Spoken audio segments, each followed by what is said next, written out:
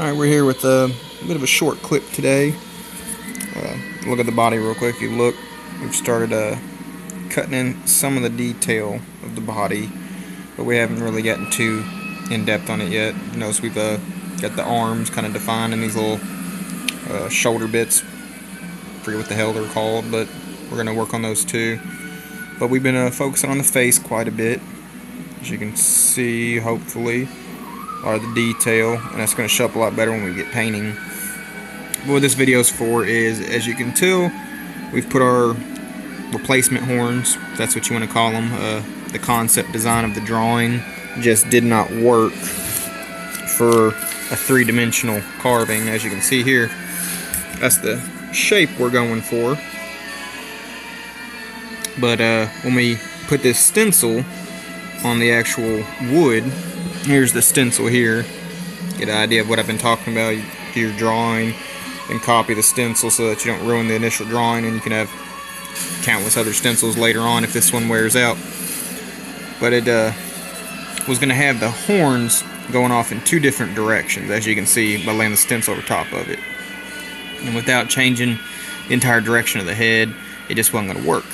So we cut off the horns at the base, just like some of the pictures of Tim Curry getting the makeup put on for the movie. Notice that's where we kind of lopped them off at, and you can see the difference between the two right now. We're starting to shape this one here to get that rounded look. You can see some flat edges still. We got to get that nice and round.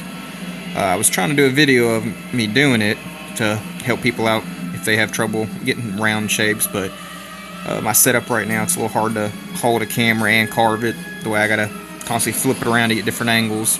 But you can see what we do is you just want to draw just kind of a rough shape of how you want the horn to taper, and then you want to cut on the outside of that line. You don't want to cut directly on the line.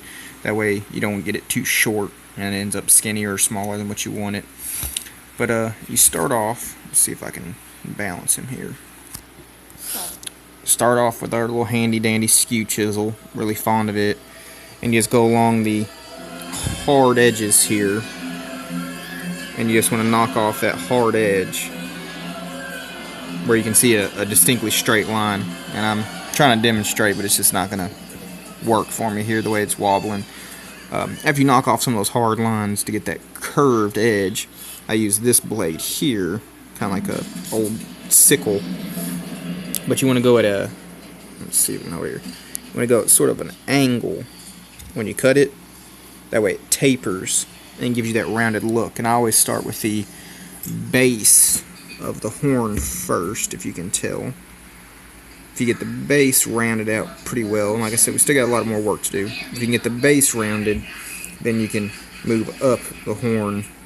But as you can see, we got a nice curvature that I wanted. That the just initial carving wasn't going to have unless I did the horn separately. But we'll be back with the video after this, and hopefully we've made some progress.